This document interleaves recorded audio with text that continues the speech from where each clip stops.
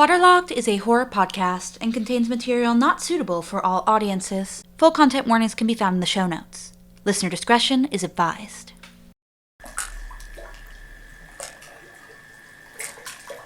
You're doing great. That sounds patronizing. It's not, I swear. I really mean it. This is fantastic. It's been, hang on, 3, 2, 1, 2 hours. Really great. What?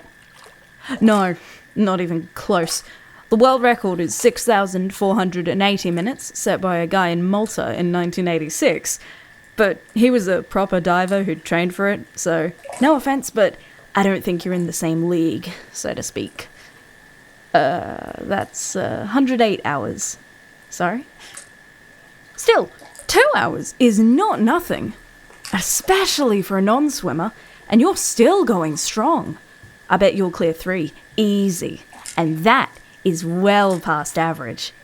Way better than the last one did, which was really disappointing. But you've already smashed their numbers. Not at all. I love this kind of thing. People pushing their bodies, testing and exceeding their limits. As long as you're in the water, I'll be right here with the stopwatch. I don't think I'll ever get tired of watching. Oh. You're bored. Well, you should have brought headphones. I guess that's on me. I didn't really tell you what we were doing. But, I mean, if I had, it wouldn't really have been fair, you know? Still, you're right. This is technically my fault. Hey, relax. You're not going to hit the 3-hour mark if you burn yourself out. I don't think you're blaming me or anything.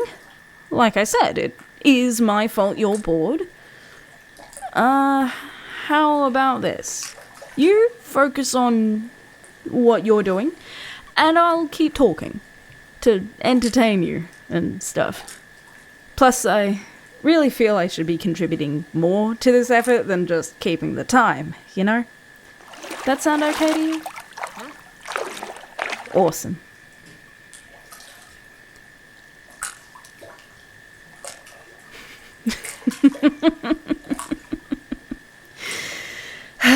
I swear. Conversation can be going along perfectly fine, but then when I commit to keeping talking, suddenly I have no idea what to say. Right.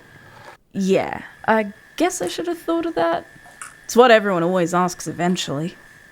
Sorry, it's just that how I got into this never seemed all that interesting. How does anyone get into any hobby?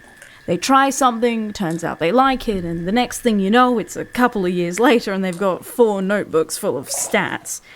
But fine, if you're really interested. 2 hours, 3 minutes, by the way. My brother played water polo in high school.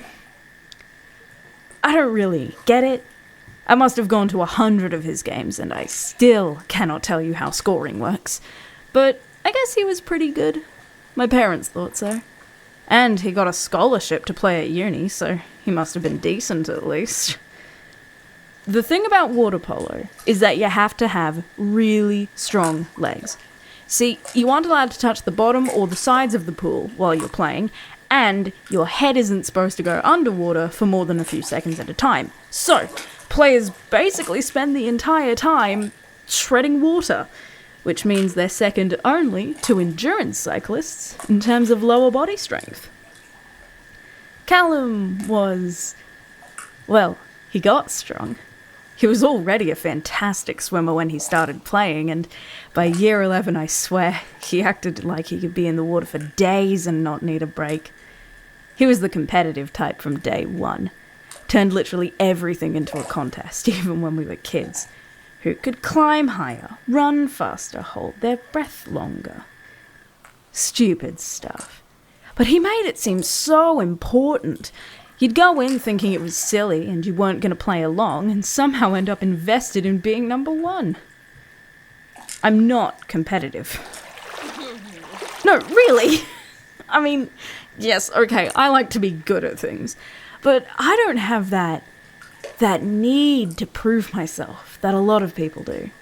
That Callum did. That you do.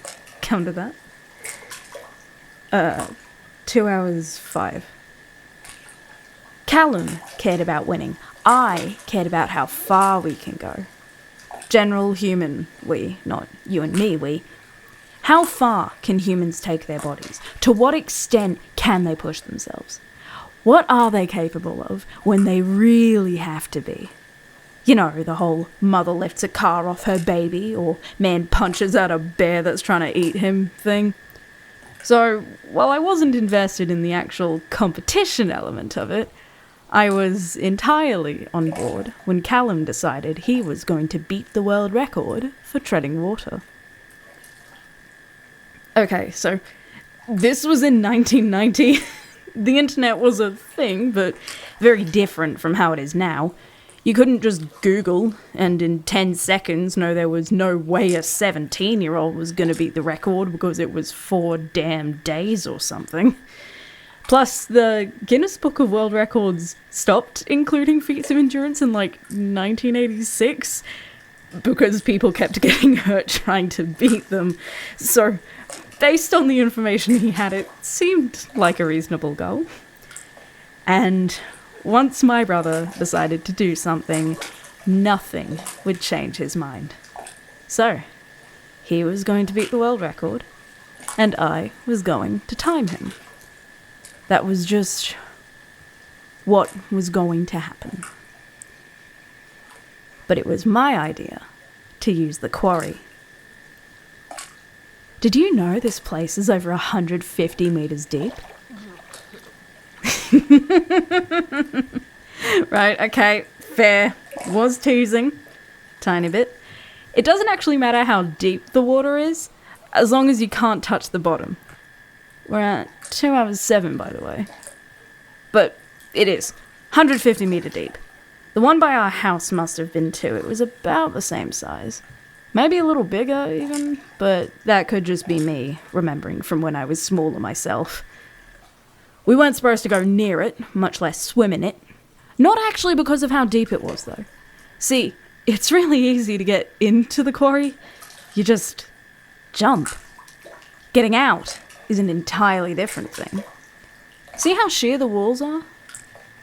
Or, you could if it was daytime. I don't think my torch is strong enough. There,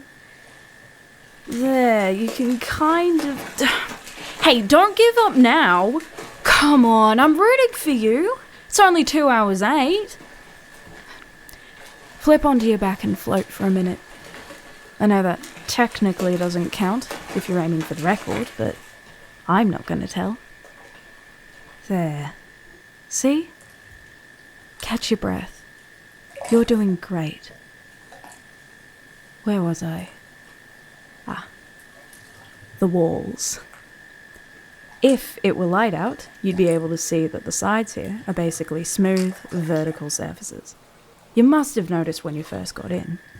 Not all quarries are like this, actually. I had to visit quite a few before I found this one. I think it might just be granite and marble they mine this way. But the quarry by our house was the same way. The reason we weren't supposed to swim there was that once you jumped in, it was really hard to get back out. Not all the time, it depended a lot on the water level. See, they'd excavated in terraces, so at some water levels, there was basically a ledge you could just climb up on. You didn't even have to have strong arms or anything. It was as easy as getting in and out of a swimming pool. But sometimes, when the water got too deep or too shallow, all there would be was a wall. You could swim around forever, and unless someone came and threw you a rope, or you figured out how to climb like a goat, you weren't going to get out, and that was what was so dangerous. Callum and me were kids, but we weren't stupid. We'd lived by the quarry our whole lives. We knew when it was safe to go in and when it wasn't. The year he decided to beat the record, it was safe. Until the summer rain started. I told him it was a bad idea. All the runoff had raised the water level in the quarry, and besides, it was raining. But he'd beaten his personal best every day that week and said there was no way he was going to miss a day of training because I was a baby about a little wet.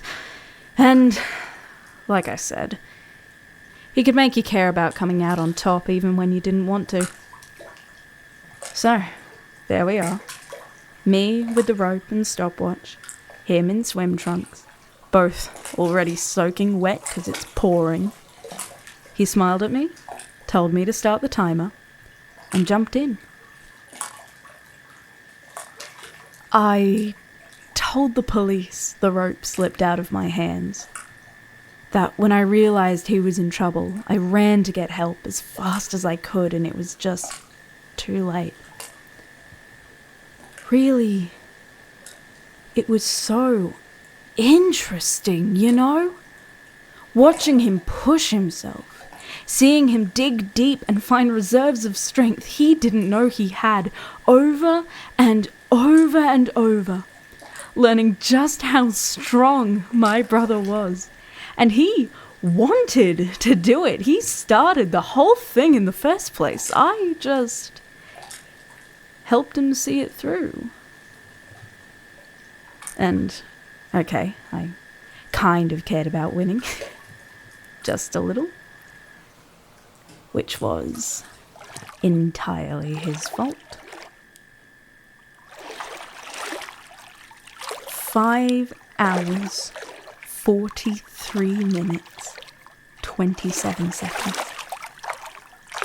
That's how long he lasted. Before he went under and didn't come back up. 5 hours, 43 minutes, 27 seconds. See why I know you can do better than 2 hours 12?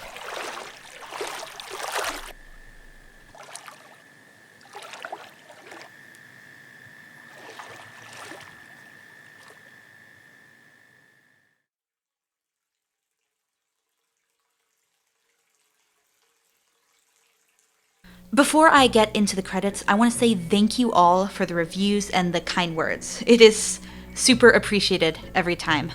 I promise we do see them all and we do love them all. If you do like the show, leaving a rating or a review is a great way to support us, or tell a friend. Word of mouth is how we find new listeners. With all that out of the way, Treading Water was written by Ash Seguinte and performed by Elijah Harper. It was edited by Ash Seguinte and sound designed by Daisy McNamara. It was produced by Ash Seguinte and Daisy McNamara. A little repetitive there. Our theme song was by Lou Sutcliffe.